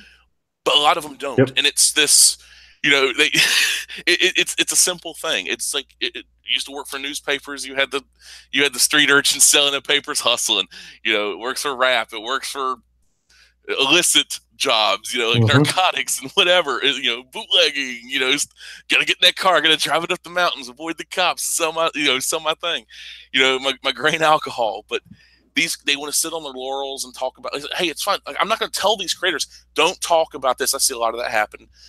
But it's like, maybe push your works. Like, hey, I got this book coming out, and talk about the book. Hey, here's what the artist is doing. Hey, here's some concept. And like back in the day, there's a couple of people I follow that actually post these old like house ads for like upcoming books, like for the upcoming the X-Men, the Jim Lee Claremont, the X-Men non was it the just X-Men, and it was like these interesting ads, same thing with Hmm. Armor Wars and so on. And like to get interest and like, oh, that looks cool. Like it has nothing to do really with the story. It's like most of the time it's like this kind of pinup looking thing or whatever. But it promotes it. It gets you excited for it, and actually, like Weapon H, a Hulk creation with Wolverine claws. Okay, but like maybe get people excited for it. People were excited for Damage, even though I bought the first two Hmm. issues. I was excited for it to an extent after hearing all this like good word about it. 20 pages of splash page, double page splash, double page splash, double page splash. Couple of Yeah. talking bits, double page splash. Book's over. Like what? That's it. And it was like Yeah. No. I saw the preview. Somebody put the preview up for issue 3 that just came out this Wednesday, and the first double page splash is just Wonder Woman striking Damage. That's it. That's all that's going on. It's not even an amazing double page splash. It's like Kirby would make a double page splash. Kirby did 20-page comics and it actually felt like a full issue. What is this? This is $3. It's Yeah. $3 worth of comic, but you only really get It's like $1 worth of story. it's tough. It's and it you're right. I mean, and I think what's interesting about what DC has done and with the new books, and they're selling okay. There's definitely a drop off. They're not nobody's going to overtake Batman anytime soon, but they definitely it does seem with the marketing, the materials that were sent to the shops, and you look at the solicits and everything that goes on. DC made it clear if you're ordering Damage, you're getting a kind of I don't want to say this, but more of a dumb action, hulkish book. It's going to, it is what it is. And then they delivered what they promoted, and you can't necessarily fault them for that. At the very least, when people have come in, there hasn't been this gut reaction of, what the hell is this? No, that a lot of Marvel's new books get because the solicits look like they're written by a drunk teenager. And you think I'm exaggerating, but go to the Marvel solicits, open them up, look at who's writing this stuff, look at the paragraph that's designed to promote this book to people, and you think you've got to believe the person doing that hates their life and job and is just screwing with everyone because the solicits are awful for moving books. There's so much. I mean, the complete apathy and actual dislike for the fans comes through in the solicits, and it's that's where I go back to the villains here. The marketing team, absolutely. There's some villains there. Some of the editorial that lets basic spelling errors go through into the comics, that's the villain. With Heather Antos, who was Comic-Gate's villain for quite some time, probably still is. Who knows? But everybody was so fixated on this milkshake picture, the kind of weird stories she would tell about things that happened on the subway, and then this narrative that got going about, well, she's only there because Jordan Peterson wants to sleep with her or whatever. And the last one was what actually turned me off of a bunch of YouTubers that kept pushing that because it's like put up or shut up. If that's true, then throw out some evidence. If not, kind of just a gross, weird, non-relative joke. I mean, I don't. What does that have to do with anything? But if you're going to be pissed at Heather Antos, maybe you'd be pissed at the fact that basic publishing errors, basic spelling errors, basic things that an editor should catch are going on in her books.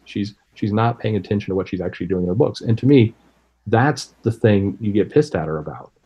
The milkshake picture is easy to ignore. The snarky attitude is bad. It definitely doesn't help readers come in. But the true damning thing she's doing is the book she's working on are not hitting a quality bar. That's the problem, far more than any of that other stuff. And I think that's where, if I had some ask to a lot of the YouTubers and the people who are bitching and complaining, redirect your focus just a little bit at the real tangible problems we can see, because there's tons of them, as opposed to kind of the outlying drama, which, whether it's fixed or not, it won't change titles being moved. Focus on the things that are right in your face problems, like we've talked about tonight. Where are the put ads in the comics to get some more money in, get some creators and pay them more. Make these comics be more than 20 pages of talking. How about some basic editorial control? When you have Jessica Jones in the Luke Cage book, she looks and acts and behaves radically different than she does in Defenders. How about, not having Dakin in Iceman being a supervillain, and over in Wolverine at the exact same month being a hero? I mean, how about some basic coordination? Those are the problems. That is what's chasing readers away. That's what's going to make sure that 10 years from now, nobody's going to be coming looking for these back issues, because they're just going to be erased. A lot And of it doesn't, and and it doesn't matter. there's so much. It When doesn't matter, and there's so much material there. Like, you can make dozens of videos, you can make hundreds of videos out of this crap. And so when you're there to make the 10th, 20th video about Heather on toast drinking a milkshake, I mean, Christ, that entire event was so silly, manufactured, and stupid that it's sad that that's become a big linchpin everyone fixates around. And by the way, I think the anti-comic skate crowd fixated on that event far more than the other. They're using that as the evidence that there's a bunch of angry women hating white men who are out to screw people. That's kind of their big story they want to prop up, and it was a stupid story. I mean, at its heart, it's some people went out and had milkshakes, posted a selfie. Some guys came in and said, "Hey, you're hot," and outrage occurred. And really, a year later, we're all still pissed about that. Oh my god. Yeah, and that's another thing. Like the people that they unnecessarily kick hornets' nests. I'm all for kicking hornets' nests when there's a reason, when it's a valid point. It's like something like, you're going to catch some heat for it, but you know what? Screw it anyway. Take the risk. Kick the hornet's nest. But there's people that just do it just for the shit posters. They like to stir shit up. They have a little fun, a little laugh, but it is different when it's just random people, when there's not money involved, and this is if comics was a healthy business, I'm talking books where, what would be mid-level books are doing like 100,000. Stores are just, there's multiple stores opening up. Everything is fine. You know what? Do whatever. But things are shrinking and Yeah. shrinking. It's becoming a smaller and smaller pond, and there's too many turds in the little pond already. It's a little too Yeah. much. It's turning from a pond to a septic tank, and that's what's happening. And these people don't realize it. And they're like, "Hey, nothing's bothering me," until the shit starts sticking to them. And Yeah. in the meanwhile, you have people that are really hurt. The apathy. It goes both ways. From that side, the publishing side, the creator side, which a lot of them feel apathetic. You can see the people hustling. Like I follow a couple. Mhm. One people follows colorist. Elizabeth Brightweiser does the colors for Killer Be Killed, Oh yeah. and beautiful, beautiful color Yeah. work. I mean, it's just like beautiful. I mean, it's like there's very few. Like, I like Laura Allred's work, and I like a couple other people, um, but that is just down. But hustles the book. Hey, this is the book. Promote, promote, promote.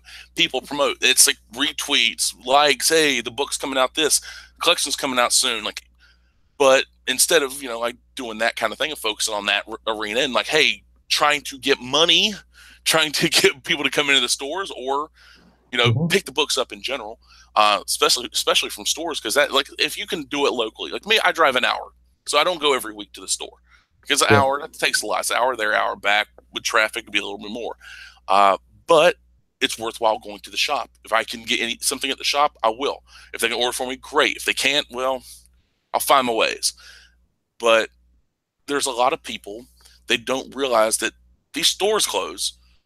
the industry is going to be majorly affected. Yeah, the comics concept, the medium will never die, but the industry and the way it is now, like some like a phoenix rising from the ashes. I honestly think really the distribution method probably should have died in the mid '90s because by this time things would probably been sorted out.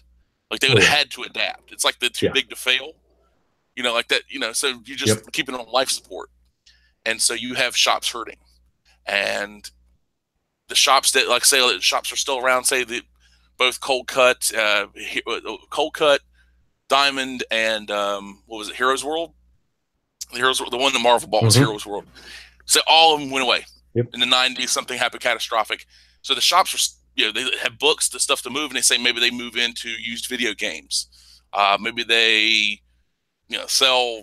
I don't know, not cigarettes, but something like they start selling other than just comics and pop culture items, and branching out. And that right there, like I had this crazy idea for a comic store slash greasy spoon diner with like little sanitation Yeah. stations between each, so you can go get you like call it the Hulk burger, or call it the Silver Surfer hot dog. I don't know, that kind of Yeah. thing. Yeah. And then you got the comics right there. You get something to eat. You know, hopefully it'd be like somewhat, we wouldn't have no roaches crawling around to keep the food rating up. So But we need to try some new things.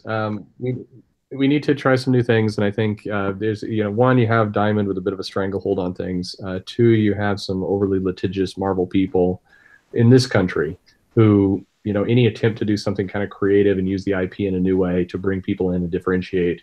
You get nasty letters and you just get threats, and so that's another problem.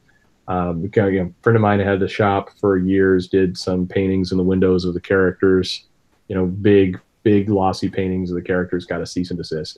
I mean, this stuff happens. And if you look at Japan in particular, because I've had some conversations with people recently about manga and how that all works. Well, one unique part of the culture people don't necessarily see is that the infusion of kind of comic IP and the comic lifestyle and that community and everything else into things like diners and coffee shops is all over the place. And the result is, in many ways, a healthier comic industry, very, very different comic industry. So it's hard to say healthier.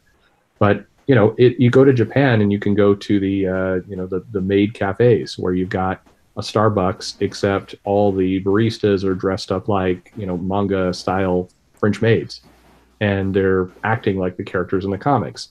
And you don't see the publishers or the creators coming in to try and sue them. You see, frankly, the creators being really thankful that they're there because it's building the pop culture, building the awareness, and everybody wins. And I think some of that needs to happen in the U.S., but that means that there's got to be a little bit of a loosening around, how IP is protected, a little bit more latitude in terms of what comic stores can do. And on the part of the comic stores, a little bit, people are going to have to be creative. It's not enough to just buy the comics, get some Funko, and hope it all works out. You've actually got to hustle yourself to do something different, and it will happen. I think to be glass half full guy for a moment. We're going to see a culling, and it's painful and it's terrible and it's sad, and I'm not immune from it. I mean, who knows?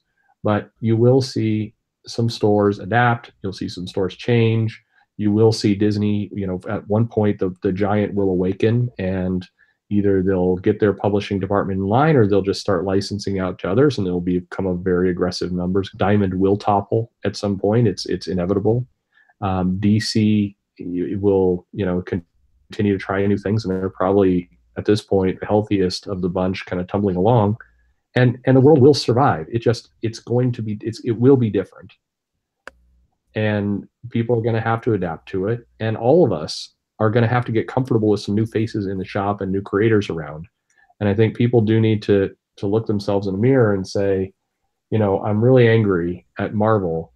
Is it the quality? Is it, why am I so pissed? And can I let some of those things go? Because, like it or not, there's things are changing. And that right there, like, well, the culture between Japan and the U.S. is very different with the litigious nature of the U.S. Where one point in time we would shoot each other if we had a problem. We come on out, high noon, you've disgraced me, so I shall take my honor back by shooting you in the chest with a flintlock. Now it's I'm going to sue you, bud. It's like there was that Oh yeah, suburban yeah. commando, like that kind of thing. We're gonna beat me up. No, I'm gonna sue you. It's the '90s, pal. And that's another thing. It's Yep. like and I don't know if this rumor is any true. Maybe it's just one of these little clickbaity things. I'd seen it popped up. I didn't read the article, but the idea if the AT&T Warner Brother Time Warner merger doesn't happen, Right. that it might sell off the movie division as well as DC. And if that's the Yep. case, who's been buying up stuff? Disney bought up Fox, which includes all the IP from Aliens and Predator and all that stuff. And if the movie stuff comes in, hey, who has a bunch of money and just keeps is on a buying spree and can leverage everything? So in a horrible nightmare world, and a lot of people are like, oh, I hope this happens. This would be wonderful. To me, it's a nightmare. The idea that Oh, it's a Disney's going to nightmare. own everything, because the bigger Yeah. the giant, the harder it'll fall and harder it'll hurt. And like where now, like there's issues with like say if you do prints and stuff like that, one of those rules of thumb: don't mess with Disney. Don't do Disney prints. Don't do like Mickey Mouse and Donald Duck and this and that, because like you could possibly incur the wrath of Disney and then get a cease and desist or something along Hmm. those lines.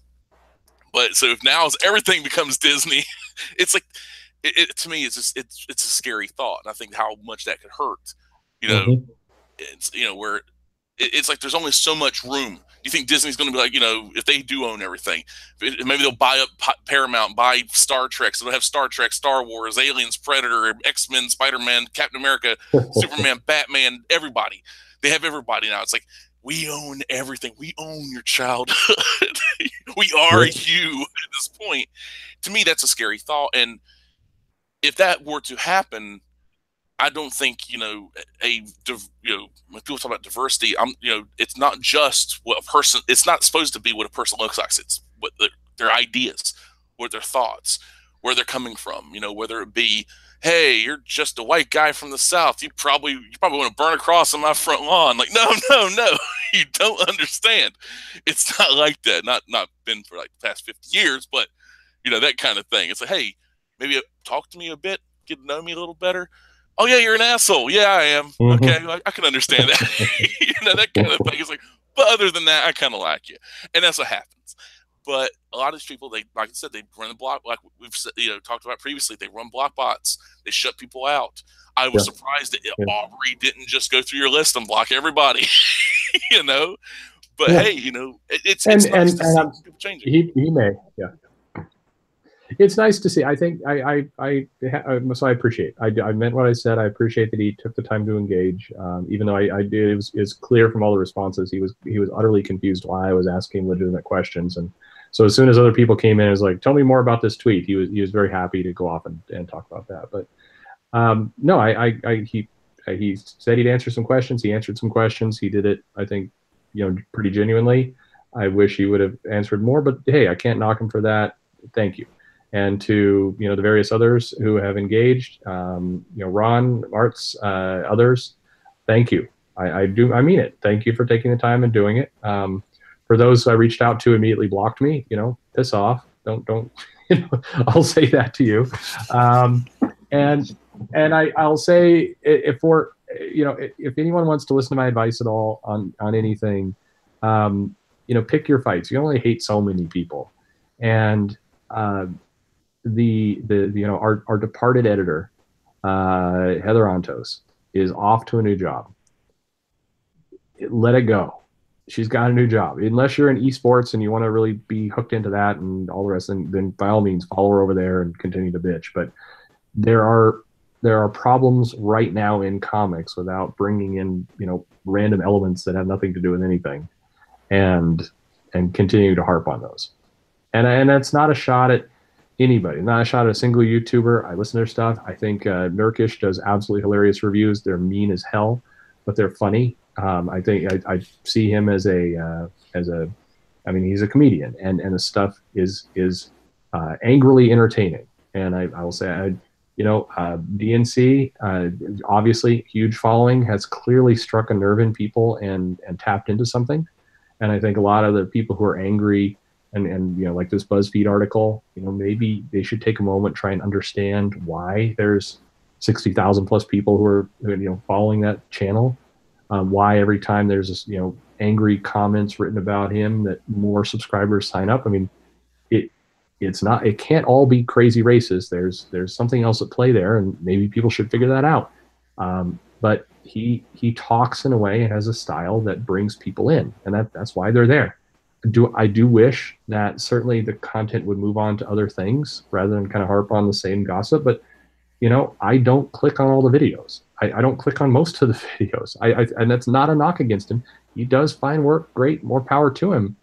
But I can take kind of one video about Tim Doyle and I'm done. I don't need four more. I don't have the strength. But other people like it, and great. To his credit, he's putting out some comics and trying to do his own stuff, and that's good. I wish more people were in the midst of all the complaining, we're trying to put out their own stuff. Please, more content. It's good. Let's encourage Rags to put out more content for all. It's because some of this stuff's going to stick. It's going to take off. It's going to go viral. It will come into stores. It will generate money for me, for the store, for the health of the community. So at the end of the day, be pissed, 23 hours out of the day, but save at least 1 hour back for producing something that maybe we can all kind of enjoy and help build things up. That's what I'd love. But if the thing you enjoy best is producing outrage, then I guess keep producing outrage. That's what you do. You kind of like you're wise enough to realize the fact that trying to change a person, like you're fundamentally, going to lose. It doesn't matter whether Yeah. it's a nation, it's a religion. Human nature is a wild. It's wilder than the beast itself. It's something that can't really be contained, and trying to do so is like fighting uphill battle and losing every single time. It's a waste of time. But like it's a waste of time. Yeah, it's a waste of time. Yeah, it's like my dream is to see stores thrive and be majority on the shelves as creator-owned content directly sold to the shops. By bypassing, this is a day and age where you could have you contact the shop via email. Like, hey, this shop, that like a network, like back in the day, 188 Comic Book or whatever. Where your comic book store locator, which now is like that seems kind of sad. The fact that you would do that, like within like 60 miles. It's like my shop is a little past 60 miles, but the way I drive, I get there a little quicker. But it's because I'm in the middle of nowhere, farm country. But that stores thriving, people making money, and direct sales to the comic store. Like you contact the store, like, okay, do you have a sample? Like I said, the first 8 pages of the comic or whatever. You have a PDF and that kind of thing. Or here's the PDF, Dropbox links, that kind of thing, so the store owner can look through it. Like, hey, this looks good. Or I can mail you a copy of the comic, like a read, copy for the store. Like a reader copy, and like, hey, I'm interested in this. I'll take 10 copies, 15 or something. That right there, I think that would be a wonderful way of marketing, because it would help create it. Because there is methods there. It's where you have a world of PayPal, a world of where the shops can buy. Hey, I want this and that. Like I want this many issues. Ship it out. And hell, I'm pretty sure that I've seen some horror stories from the USPS, but considering how Diamond sends their stuff, it's like they send it through like they send it in a minecart from Temple of Doom, and then it gets on a donkey and it rides through the Rockies or whatever, and it gets there and it's all damaged and all messed up. And it's as if you get everything you ordered, if they don't screw something up. Yep. But as a store owner, it's. Oh, go ahead. Oh, it's tough. We got a lot of things going against us. So it's funny. The bar is so low for what you can do as a fan, but especially as a creator and a publisher. The bar is so low for what you can do to help comics that almost anything you do is going to help. And I wish I could credit the creator. Somebody will please post and remind me, because it's going to keep me up all night. But there was a creator who every time an issue came out on the week before, starting about Sunday, but Sunday, Monday, Tuesday, would start posting links to back issues to go pick up in preparation for the story. So the story is going to come out and it would feature, Catwoman. Well, let me pick a, some more obscure character. It would feature, Firefly. now I'm drawing Let's a say blank, but just Firefly. some, there Yeah. you go, Firefly. And the creator would say, hey, I got a story of Firefly coming out. You're really going to like it. But, you know, go back and buy these 6 issues because these are some kind of quintessential stories that will make your reading experience better. It's going to make you appreciate the characters better. Here's some reading material and prep before we do our thing. And I had readers who would come in holding their phone and say, "Hey, I need these 6 books. These 6 books, I like Batman. I like what this author is doing. So I want to get these 6 books because I want to enjoy it better. Kind of by recommendation." That stuff was awesome, and it doesn't take much time. So just there's a million things you can do. Just that's what we need. And I think for the fans, um, anytime we can get creators or something in a positive way to interact with us, it's better. Anytime if somebody says something positive, if somebody does an interview is positive or a post is positive or everything else, I'm not saying this for myself. Exclude me. I'm not looking for free promotion, but share it. Find a creator, tag them, bring them in, and say, hey, here's somebody who's talking and giving some ideas, and just try some stuff like that. Because we have to start reaching out to some of these creators in ways that um, if we've got to do something other than scream at them. And so if somebody's got a rational voice or rational idea, reach out to the creator, tag them, say you really should check this out. It's a good thing, and get some positive ideas out in front of them. And that's one way we'll start to at least turn this into a dialogue. Because otherwise, yeah, it is fun to yell at the creator and say, hey, you jackass for blocking all these people. I defended Al Ewing for forever, and the fact that he does block bots, it pains me. It definitely it pisses me off. But I can scream at his peers and say Al Ewing's a dick, but it's not going to get me unblocked. It's not going to start a conversation, and so we've got to help each other out. We've got a big group of fans. We got a lot of people here who love comics and like things, and we've got to start forwarding, retweeting, tagging in creators, tagging in pros, finding out who some of the editors and marketers are that don't normally hear from us, and we got to start bringing some of these ideas to them, and try and open up the door. Um, and maybe it won't work, and hell will all drink, and that'll be fine too. Well, another thing is like you're saying, like reaching out to them, and there's a Heroes Con in Charlotte. I've gone to that convention. It started in 2000, or was it 99? No, it's 2000, because 99 was my first convention, the Collection Connection comic book convention in Greensboro, where I met Randy Green, Rick Ketchum, and a couple other people. They were good. They're good people to meet, and like, uh, unfortunately, I wish I hadn't bought the comics I did there, like some Witchblade, some Batman No Man's Land tie-ins. The No Man's Land I love. I will not regret that, but the Witchblade stuff I felt so cringy. Now thinking about it, I was like, I just waited to come out and trade. I could save money. But going to Heroes Con, there's a few. There's a couple people. Hopefully, some people I know from Twitter, creators wise, as well as some people I follow and everything like that, and people I converse with. But I saw that Tamara Bonvillain is going to be there, and I'm really tempted not to like confront and be like, oh, years ago, and I feel so douchey about saying this, and I actually thought this at one time. It's like, if I saw Rob Liefeld, I'd kick his ass. I'm like, oh god, if I had a time machine, it'd just be me going through time and kicking my own ass throughout time for being so Yeah. stupid. But my concern is going to Tamara and like the way you attack Peter, like well, not necessarily like go like, but like, hey, how's it going? Oh, by the way, like, why do you run block bots? It's like not trying to be as passive and as non-confrontational, but I see it's like that. It's like reset. Reset failed. Like it keep on failing over and over in my head. There's like, and so it's like, what's the Mm-hmm. point? Just avoid, because it's there was Yeah. and in real life, because on Twitter there's no point because I'm blocked. Everybody, I think, in Right. all 80,000 of Peter Ciametti's followers are blocked because she went off on him because he followed the diversity in comics. Is all this? It was a New Year's Day tweet. They got wrapped up in it because I was like, what's the problem with doing that? So he's guilty by association and all this and that. But I mean, I don't. So trying to reach out in a physical form and trying to like make a kind of a a connection, like some Bill Bridge. I don't even think I can put pylons down. I have a feeling it's just going to end up me in the water or me being dragged out of the convention, as it were, and possibly being banned for because they're going to. If Tamara makes a stink saying, "Oh, he was harassing me," look, it's going to be my word against the creator, the guest at the convention. I'm Sure. just a paying customer, and like they can kick me out, and they already got my money. They can refund me, even if they refund me, whatever. But I don't want to Yeah. screw up my chances of coming back to that convention just so I can like maybe build a bridge, if that makes any sense. It's like I don't know how how the reaction would No, be.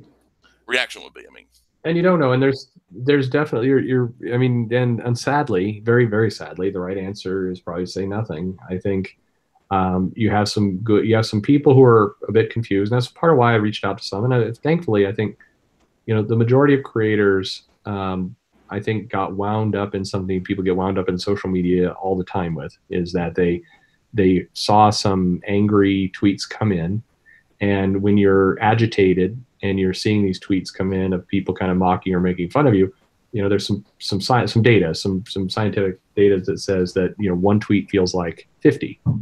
And so you get 20, 30 tweets. And the thing is, if a popular YouTuber makes a video about you, you'll get 50 people that will, kind of make jokes and retweet and other things. And it all happens very quickly. So if you look down at your phone, and for example, over the weekend, or I mean, earlier this week, I posted something, and DNC retweeted it. What was weird is it never showed up that he had done that. But all of a sudden, I'm looking at my phone. It's like you got 100 notifications. And I'm like, well, how did this happen? I'm looking through and I don't know where these people are coming from. And finally, I saw, oh, he retweeted it on his page. And I'm still confused as to why it never showed up. And it doesn't show up even in the tweets itself, but whatever. And so, but I had the initial reaction where it's like, holy shit, there's like 1,000 people talking. And the reality is, no, it was 100 notifications, of which maybe 40 of them were a result of his retweet. But it felt big. And a lot of creators I talked to, they expressed this. Yeah, I've had thousands of people attacking me. And again, the person I had the best discussion with, I said, but was it? I mean, and I say, I mean this in the nicest possible way. I'm not mocking you or disparaging you, but was it really thousands, or did it just feel like thousands? And to the person's credit, it's like, yeah, it was probably actually about 40, 50 people. We're just posting a lot and things getting retweeted and liked from each other and so on. And so it built up. But it freaked me out so much that with one click, go to a block bot, put in something, hit block, 10 seconds later, silence. And that's bad. It hurts the industry. It hurts the readers. It's block botting I'm 100% opposed to. I do understand why people do it. I still think it's wrong, but you can at least get the logic in it. And so our best hope is to go to these creators and try and say, like you said, the convention. I think it's right to say, look, hey, I'm on your side here. You're a creator. You're just trying to do your thing. I don't know if you want that may be not true, but um, just so you know, I have nothing against you, but I got caught up in one of these blockbot nets. But I wasn't, I honestly wasn't saying anything, and I just want to let you know I'm would certainly, I'd certainly like to not be caught up in that net. If you go there and you try and prove them wrong, I think that's the mistake that some of us have made in the past, is we want to go and kind of prove the point that block bots are wrong.